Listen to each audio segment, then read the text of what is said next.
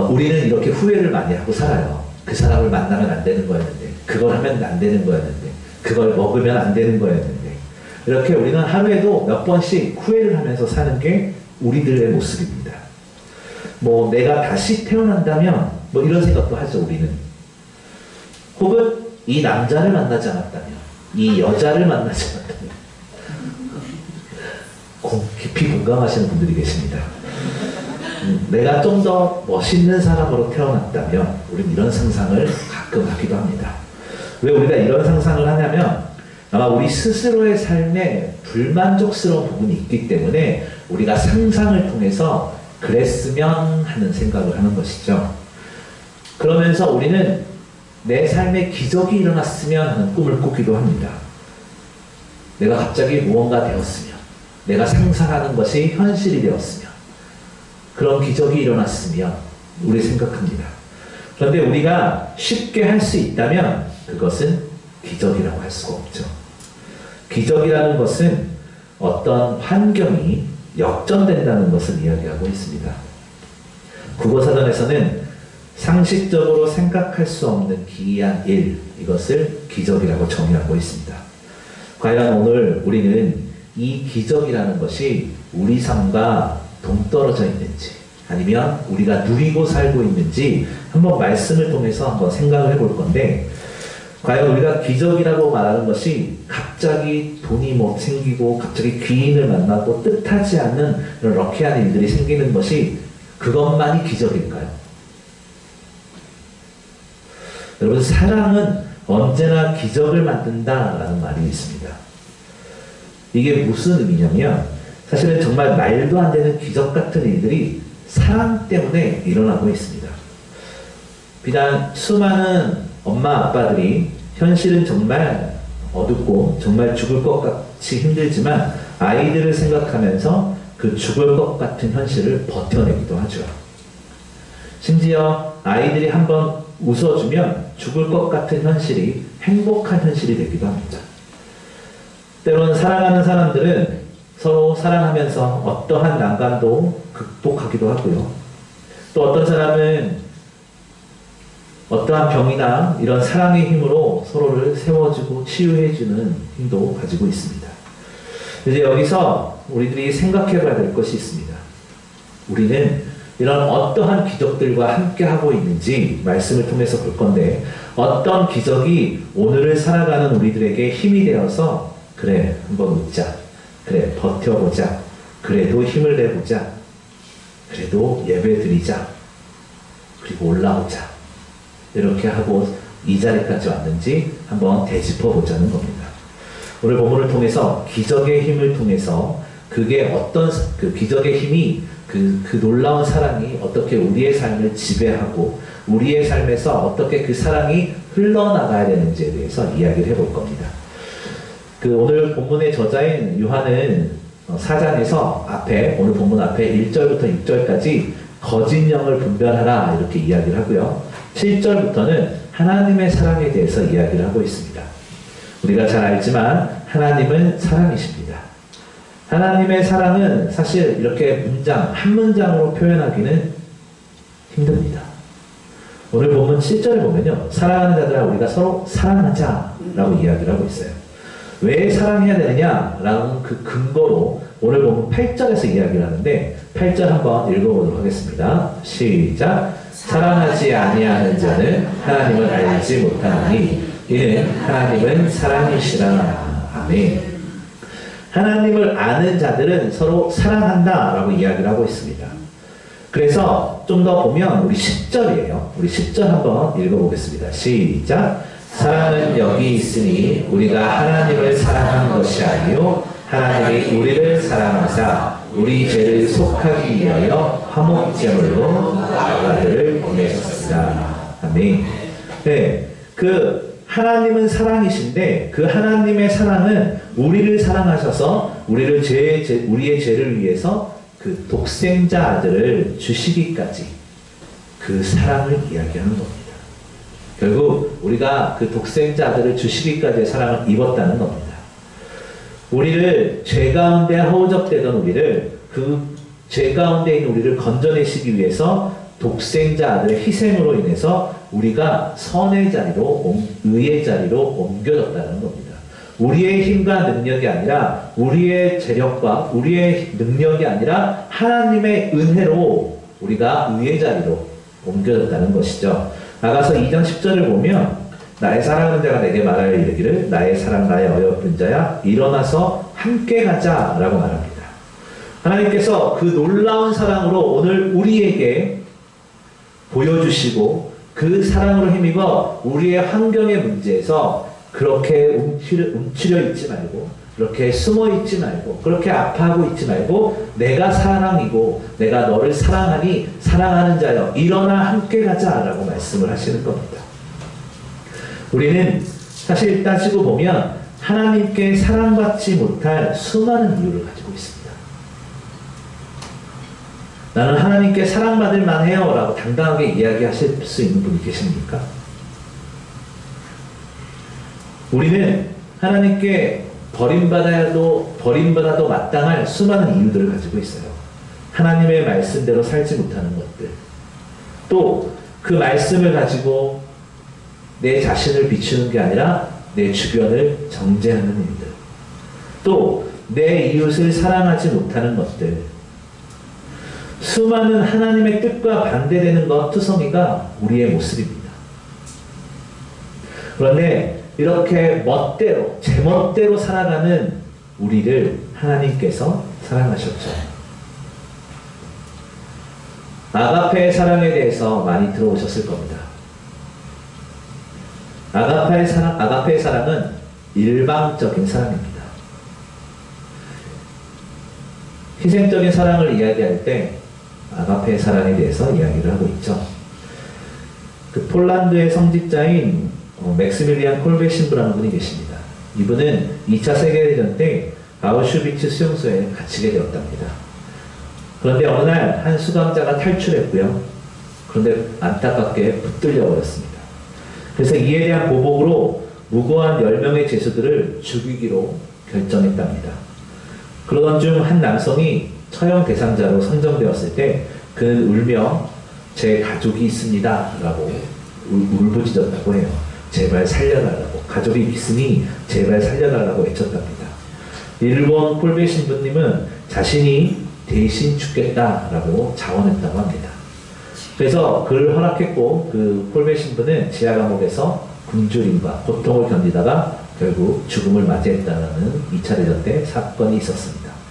그가 대신 목숨을 내어준 남성은 살아남았고 전쟁 후에 평생 그 콜베 신부를 희생을 기념하고 기억하며 살았다고 합니다. 이 아가페의 사랑이란 이런 조건 없이 상대를 위하는 희생적인 사랑을 이야기하죠.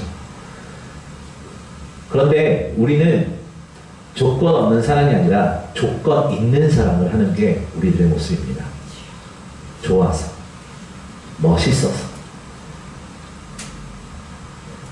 매력이 있어서. 그런데 우리를 향한 하나님의 사랑은 그런 조건의 사랑이 아니죠.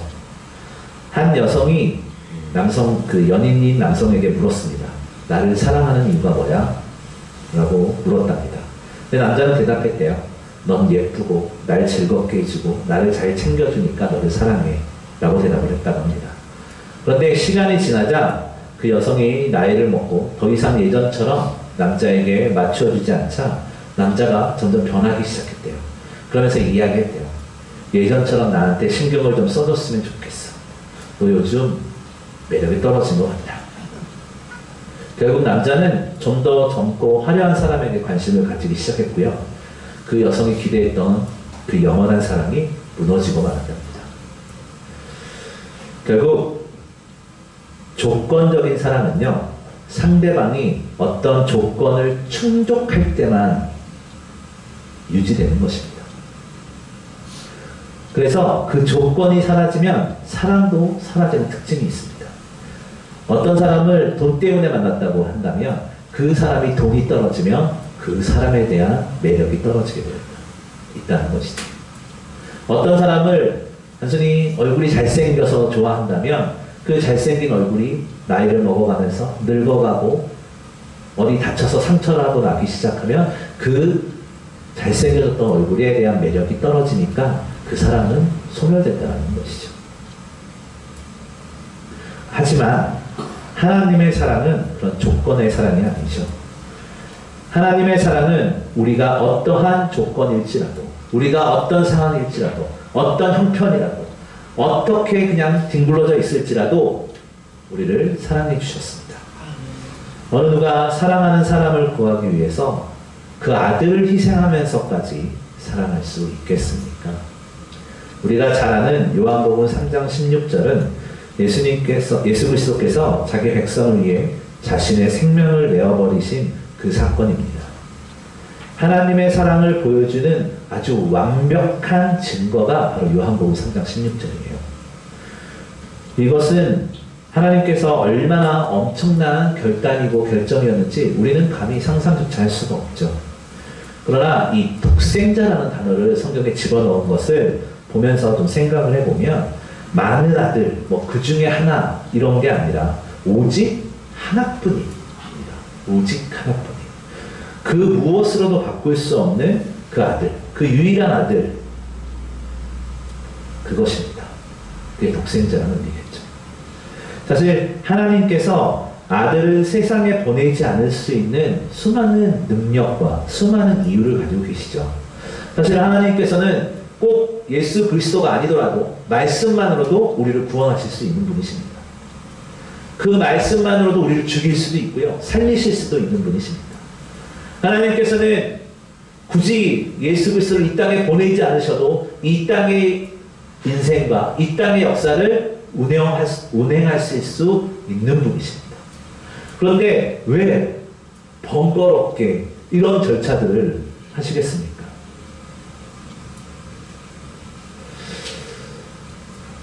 창세기를 보면요, 하나님께서 아브라함에게 너의 아들 이삭을 바쳐라 라고 말을 합니다.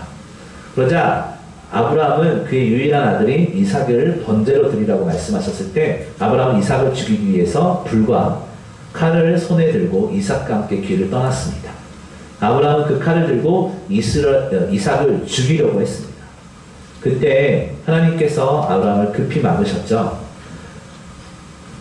그리고서 그 창세기 22장 12절 보면 이렇게 이야기를 하고 있습니다. 우리 다 같이 한번 읽어보겠습니다. 시작. 사자가 이르시되 그 아이에게 내 손을 대지 마라. 내게 아무 일도 하지 마라. 내가 내 아들을 이삭까지도 내게 남기지 아니하였으니 내가 이제야 내가 하나님을 편이하는 줄을 알아. 네. 아브라함이 그 아들을 번제로 드리기까지 그 헌신과 순종, 하나님을 경외하는 게 어떤 건지 아십니까?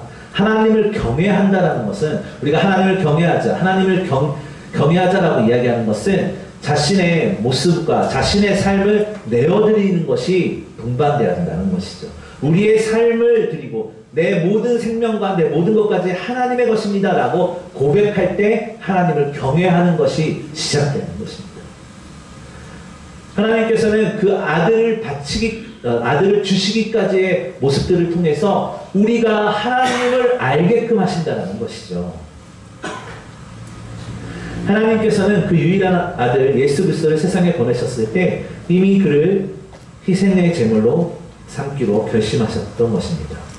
그리고 우리는 그 하나님의 독생자의 죽음을 통해서 드디어, 이제야 하나님이 우리를 사랑하신 줄을 깨닫게 된 것입니다. 하나님께서 그 번거로운 절차들을 만드신 것은 그 과정을 통해서 하나님이 너희를 이렇게 사랑한다는 것을 보여주신 증거라는 것이죠.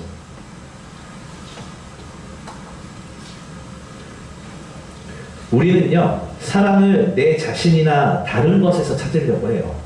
그런데요, 여러분, 사랑의 시작은요, 다른 외적인 것이 아니라 하나님으로부터 시작되는 겁니다. 사랑의 이유를 우리 안에서 찾으려 할 때 우리는 늘 실패해요. 누구를 사랑해야지. 하나님은 사랑이시니까 사랑해야지. 근데 우리가 사랑의 이유를 우리 자신에게서 시작을 하려고 하면 늘 넘어진단 말이죠. 왜냐하면 우리에게는 사랑의 이유가 없을 뿐더러 우리에게서 나온 사랑은 늘 자기중심적이고요, 이기적이고요, 다른 사람을 넘어뜨립니다. 우리가 이야기하는 사랑에 대해서 한번 생각을 해보세요. 우리는 이해타산을 가지고 사랑을 합니다. 그렇기 때문에 사랑을 해요. 그런데 하나님의 사랑은 그렇지 않습니다. 하나님의 사랑은 그 아들을 주시기까지의 사랑입니다. 그 행위를 통해서, 그 과정을 통해서 하나님이 우리를 얼마나 사랑하시는지를 보여주셨고, 또 그 사랑을 통해서 우리가 하나님의 사랑을 깨닫고 하나님을 경외하기 시작하는 겁니다. 그래서 우리가 하나님을 사랑하는 것이 아니라 하나님이 먼저 우리를 사랑하셨다는 것을 우리는 말씀을 통해서 기억해야 되고, 우리의 주도권이 전적으로 하나님의 손에 있다는 것도 우리가 기억해야 되는 것입니다. 우리는 이 기적과 같은 사랑을 우리가 경험했죠. 그렇다면 우리는 그 받은 사랑을 어떻게 해야 될까요? 보여주어야 합니다. 신앙생활은 어렵고 복잡한 것이 아니에요. 십계명을 보면 1번부터 4번까지는 하나님과 나와의 관계고 5번부터 10번까지는 이웃과의 관계입니다. 하나님을 사랑하고 그래서 이웃을 사랑하는 거죠. 하나님께 속한 사람은 그렇게 사랑을 실천하면서 사랑이신 하나님을 점점 더 알아가는 것입니다. 하나님의 사랑을 실천하면서 하나님이 어떤 분이신지를 깨닫게 된다는 거예요. 제가 어린 시절 눈이 오면요, 집 앞에서 동네 친구들이 쫙 모였습니다. 그래서 눈을 모아서 눈싸움도 하고요, 친구들과 눈사람도 만들기도 하고요, 아침부터 나가서 해가 질 때까지 눈을 가지고 뒹굴기도 하고 놀기도 하고 그렇게 하루를 보내기도 했습니다. 하나님의 사랑은요, 어떤 거냐면 제가 눈싸움을 하고 눈싸움을 만지면 제 몸에 당연히 뭐가 묻었겠어요? 눈이 묻었겠죠. 이해하기가 조금 어렵나요? 제가 만일에 수영을 하려고 물에 들어갔어요. 그러면 제가 수영을 하는데 몸에 물이 묻지 않을 수 있을까요? 아니에요. 당연히 물에 묻습니다. 하나님의 사랑은요, 우리가 하나님의 사랑으로 인해서 그 독생자 아들의 희생의 십자가의 사랑으로 우리가 구원함을 받았잖아요. 그렇다면 우리가 그 십자가의 사랑으로 하나님의 사랑을 알았고 깨달았다면 우리의 몸에 하나님의 사랑이 묻어 있어야 된다는 겁니다. 우리의 말과 행동에 하나님의 사랑이 드러나야 돼요. 눈싸움을 하는데 눈을 만지지 않고 어떻게 눈싸움을 하겠어요? 눈밭을 구르는데 어떻게 몸에 눈이 묻지 않겠어요? 하나님의 사랑은 이와 같아서 우리가 하나님의 사랑을 입은 자다라고 고백이 되어진다면 그 사랑이 우리의 몸에, 우리의 삶에 드러나야 된다는 겁니다.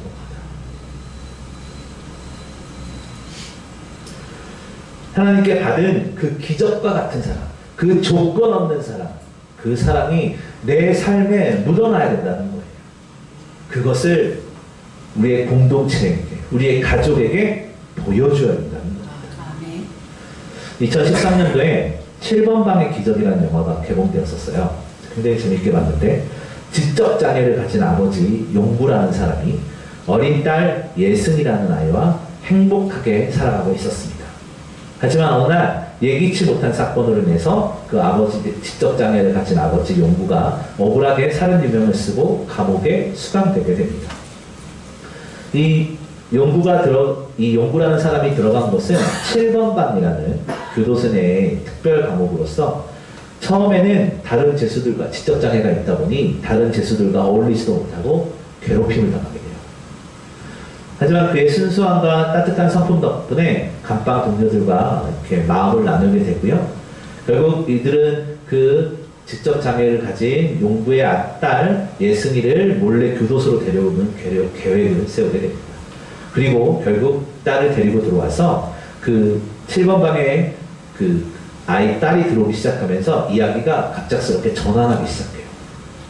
딸과 아버지가 시간을 보내면서 감동적인 이야기와 감동적인 순간들이 펼쳐지고 그 감방 동료들 역시 변화하기 시작해요. 죄로 인해서 절망했던 그들이 변화하기 시작해요.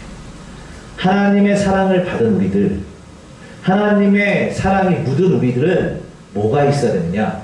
변화가 있어야 돼요. 하나님의 사랑을 경험했다라고 이야기를 한다면 반드시 우리의 주변이 변해야 돼요.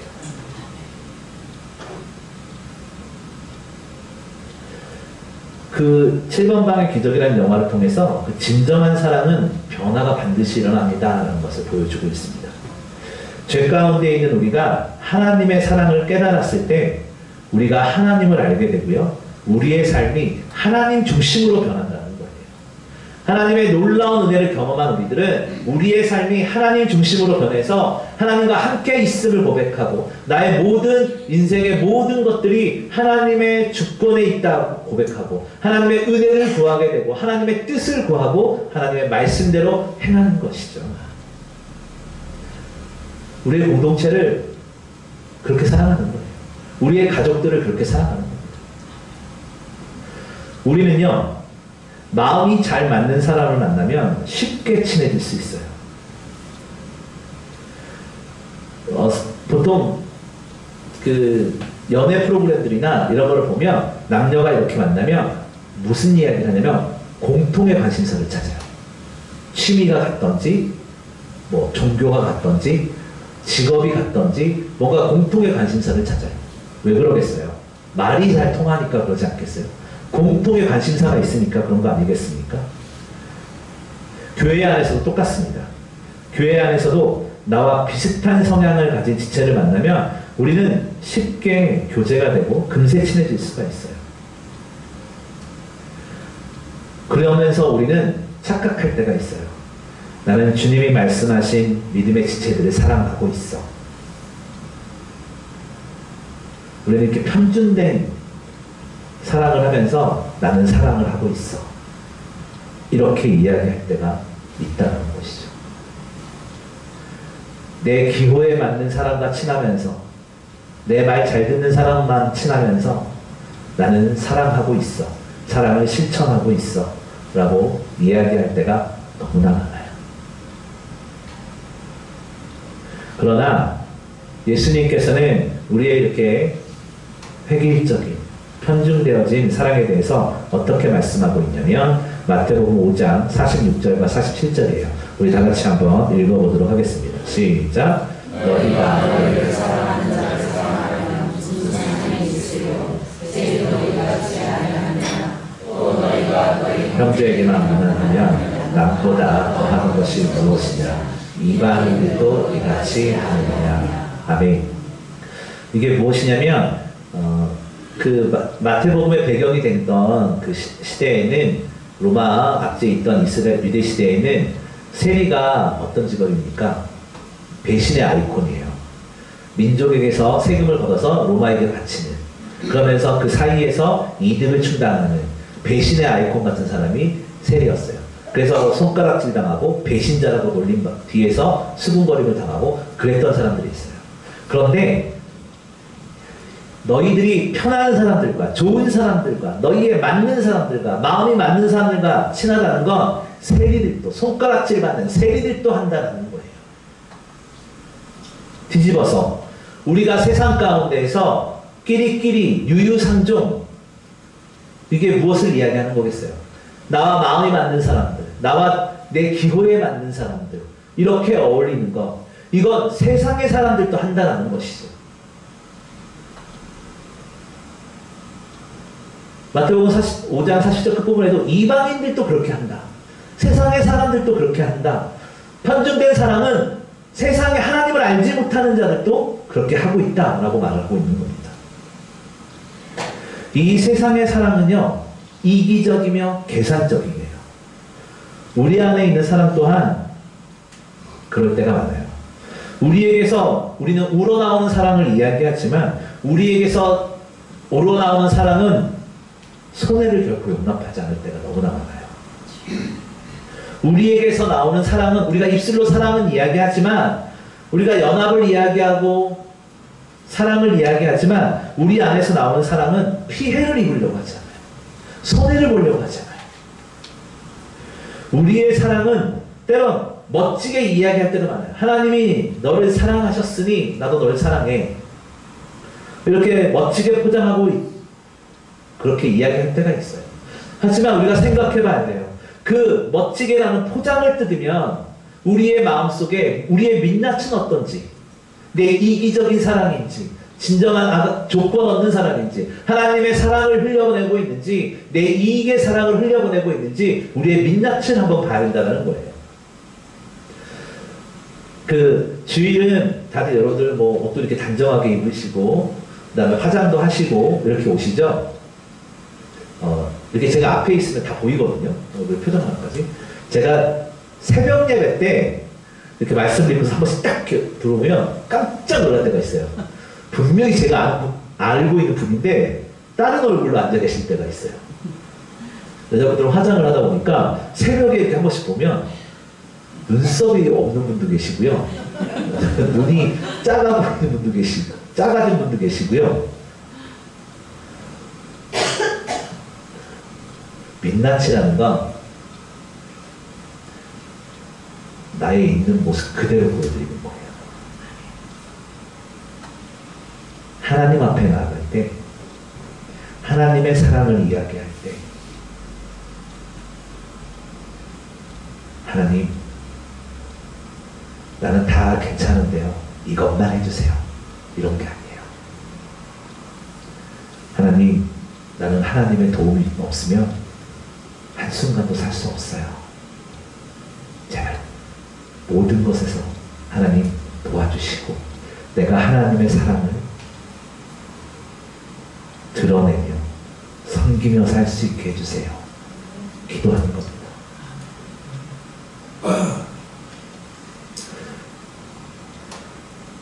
우리의 민낯은 상처받지 않으려고 하고 낮아지지 않으려고 하고 오히려 차가울 때가 너무나 많아요. 계산적인 사랑을 하면 그런 겁니다. 편중된 사랑을 하면 그런 겁니다. 우리는 그런 모습들이 보인다면 우리는 예수님과 같은 사랑을 결코 할 수 없죠. 그래서 우리의 민낯을 보이는 게 중요해요. 우리의 영적인 수준을 끌어올리는 방법이 뭐가 있겠습니까? 우리의 연약함을 내어 보이고 온전히 하나님의 은혜만을 구하는 거예요. 하나님의 사랑이 내 삶을 이끌고 내 몸에 하나님의 사랑이 묻게 하신 것, 그 사랑을 흘려보내고 다른 이웃을 향하여 보여주는 것, 이것이 사랑입니다. 어떻게 사랑할 수 있는지 좀 더 이야기를 해보자면, 마음에 들지 않는 사람 있죠? 교회 안에서도 가족 중에서도 마음에 들지 않는 사람이 있습니다. 그런 사람들을 우리가 어떻게 사랑할 수 있습니까? 우리는 이렇게 기도하죠. 하나님, 나는 다 괜찮으니까 저 사람이 바뀌게 달라고. 저 사람이 바뀌면 난 된다고. 나는 이미 마음의 준비가 되어 있고 하나님께 헌신할 준비되어 있고 하나님 말씀대로 살 준비되어 있으니 그 일을 하기 위해선 저 사람이 바뀌어야 된다고. 우리 그런 기도할 때 있습니다. 그런데요, 세상 모든 사람들이 천사같이 바뀐다면 아마 성경에는 서로 사랑하라라는 말이 없을 거예요. 우리가 믿음의 공동체를 사랑할 수 있는 유일한 근본은 그들이 어떤 모습으로 살고 있느냐, 어떤 마음으로 살고 있느냐, 거기에 집중하는 것이 아니라 주님이 나를 어떻게 사랑하느냐를 먼저 생각해야 돼요. 주님이 나를 어떻게 사랑하셨느냐를 먼저 깨달아야 돼요. 우리 요한일서 오늘 본문 4장 7절 한번 읽어보겠습니다. 시작. 사랑하는 자들아, 우리가 서로 사랑하자. 사랑은 하나님께 속한 것이니 사랑하는 자마다 하나님으로부터 나서 하나님을 알고. 아멘. 사랑은 사람에게 속하지 않았기 때문에 우리의 힘으로는 할 수 없습니다. 사랑은 하나님께 속한 것이기 때문에 하나님만이 할 수 있는 거예요. 그래서 우리 몸에 하나님의 사랑을 묻히는 게 중요한 거예요. 하나님의 사랑을 우리의 몸에, 우리의 마음 가운데, 우리의 삶 가운데 두는 게 중요한 거예요. 그래서 우리가 하나님과 동행할 때만이 우리에게서 하나님의 사랑이 흘러나갈 수 있는 겁니다. 우리 믿음의 식구들을 사랑하는 사람의 특징은 하나님을 아는 자들이어야죠. 그래서 우리의 사랑이 더 풍성해지기 위해서 우리가 하나님을 더 알게 해달라고 기도해야 되는 겁니다. 하나님의 말씀을 통해서 하나님의 뜻을 더 깨닫게 해달라고 우리는 기도해야 되는 거예요. 우리 요한일서 4장 오늘 본문 9절과 10절이에요. 우리 한번 읽어보도록 하겠습니다. 시작. 하나님의 사랑이 우리에게 이렇게 나타나였으니 하나님이 자기의 독생자를 세상에 보내시니 그로 말미암아 우리를 살려 하시나 사랑은 여기 있으니 우리가 하나님을 사랑한 것이 아니요 하나님이 우리를 사랑하사 우리를 속하기 위하여 화목제물로 그 아들을 보내셨습니다. 아멘. 네, 우리 사랑의 원천은 이거예요. 예수 그리스도가 우리를 예수 그리스도의 희생으로 우리가 구원받았던 그 놀라운 사랑, 그 아들을 보내기까지 그 하나님의 놀라운 기적과 같은 사랑을 우리가 기억하는 것, 이걸 복음이라고 이야기하잖아요. 그 복음을 우리가 기억하고 묵상하고 이해하고 흘려보내는 것, 여기에 있는 겁니다. 여러분, 복음이라고 이야기하는 것이 굉장히 놀라운 거예요. 사람을 바꾸기도 하고요, 멋있게도 하고요, 변화시키기도 합니다. 그런데 복음의 이면에는 결코 멋진 것만 있는 건 아니에요. 복음의 이면에는 희생도 있습니다. 헌신도 있고요. 내 자신이 죽는 게 있어야 돼요. 그래서 때로는 복음의 이면에는 고난과 고통과 잔인함도 들어있어요. 우리는 그 과정 가운데서 하나님의 사랑을 깨달으며 하나님을 알며 살아가는 겁니다.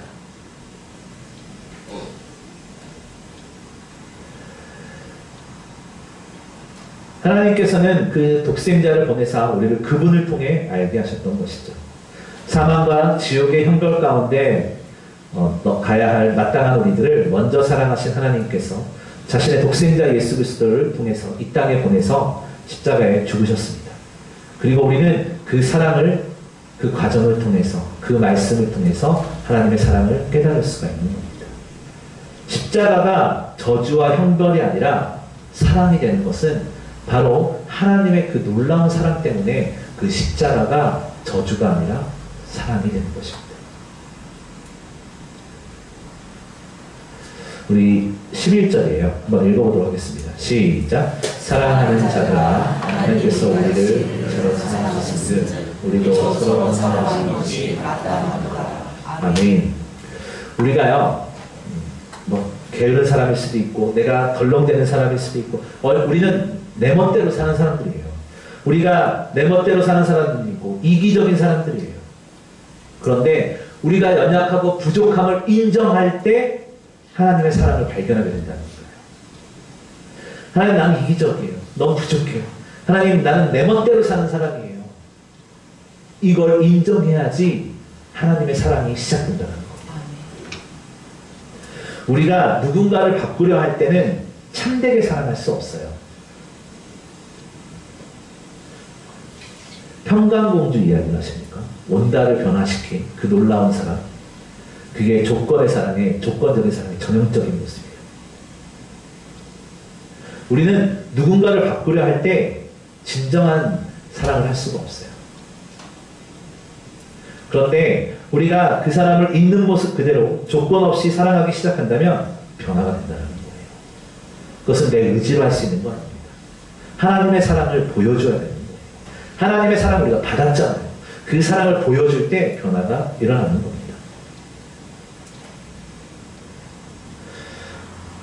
문제가 많은 우리를 변화시킨 것이 나의 결단과 나의 의지와 피난 노력이 아니잖아요. 하나님의 뜨거운 사랑으로 우리가 변화된 거잖아요. 내 멋대로 살던 나를 하나님께서 붙들어 주셨잖아요. 믿음의 공동체를 내 이웃을 사랑하는 삶 쉽지 않습니다. 그래서 예수님께서 우리에게 십자가 위에서 하나님의 사랑을 보게 하시고 사랑을 아는 사람들 되게 하셨죠. 사도 바울도 나는 날마다 죽노라 라고 했습니다. 오늘 보면 요한은 십자가에서 희생하신 예수 그리스도의 죽음을 통해서 하나님의 사랑을 이야기하고 있는 겁니다. 그리고 우리에게 서로 사랑하라 라고 권면하고 있는 것이죠. 그 십자가의 사랑을 기억하라고. 그 십자가의 희생을 기억하여 그 십자가의 사랑을 우리의 몸에 묻혀서 흘려보내라. 하나님과 함께하므로 이렇게 이야기하고 있는 겁니다. 하나님의 그 크신 사랑, 우리가 요한복음 아까도 얘기했지만 요한복음 3장 16절에 너무나 잘 나와 있습니다. 하나님의 세상을 이처럼 사랑하사 독생자를 주셨다고 하였습니다. 그를 믿는 자마다 멸망하지 않고 영생을 얻게 한다라고 했습니다. 우리를 향한 하나님의 사랑이 너무나 크시기에 우리는 다른 사람을 사랑할 수 없게 하는 이유를 극복하게 하는 겁니다. 하나님의 사랑이 너무나 크기 때문에 남들을 정죄하려고 하는 마음까지도 덮어버리는 것이죠. 우리는 전에는, 하나님을 알기 전에는 자기중심적이고 자기 교만에 빠져 있었고 자기 쾌락을 추구하는 이기적인 사람들이었죠. 그러나 예수님께서 우리 삶에 찾아오시면서 우리는 하나님의 사랑을 알게 되면서 변화가 시작되는 겁니다. 우리의 힘으로 변화된 것이 아니라 하나님의 사랑으로 우리가 변화된 것입니다. 우리가 무언가 대단히 열심히 해서 변화된 게 아니라 하나님의 능력이 우리를 변화시킨 겁니다.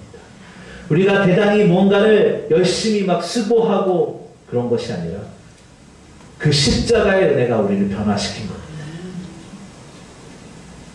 그렇다면 우리를 변화시킨 그 십자가의 사랑을 증거해야 됩니다. 보여주어야 됩니다. 어떻게 보여주시겠습니까? 그 십자가의, 내가 받은 십자가의 사랑을 어떻게 보여주시겠냐고요.